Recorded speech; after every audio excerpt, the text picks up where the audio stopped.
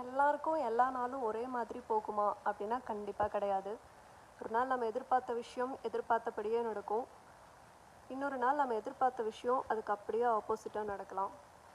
எது எப்படி இருந்தது அப்படின்னாலும் நம்மளுடைய கோலை நோக்கி, நம்மளுடைய சக்ஸஸை நோக்கி நம்ம வந்து ஒரு ஒரு ரொட்டீன் வந்து ஃபார்ம் பண்ணுவோம். ஒரு எக்ஸைட்டாக இருக்கிற ஒரு நாளில் நம்ம இனிமேல் இதை பண்ண போகிறோம் அப்படின்னு ஒரு நல்ல விஷயங்களை ஸ்டார்ட் பண்ணுவோம். அந்த நல்ல ரொட்டீனை நம்மளோட முன்னேற்றத்துக்காக நம்ம ஏற்படுத்திக்கிட்ட ரொட்டீனை எது எப்படி இருந்தது, அது நமக்கு வந்து நல்ல டேவாக இருந்தாலும் சரி, இல்லை ரொம்ப மோசமான ஒரு பிரேக் டவுனான ஒரு டேவாக இருந்தாலும் சரி, எது எப்படி இருந்ததுனாலும் உங்களோட ரொட்டீனை மட்டும் எப்போவுமே சேஞ்ச் பண்ணவே பண்ணிடாதீங்க.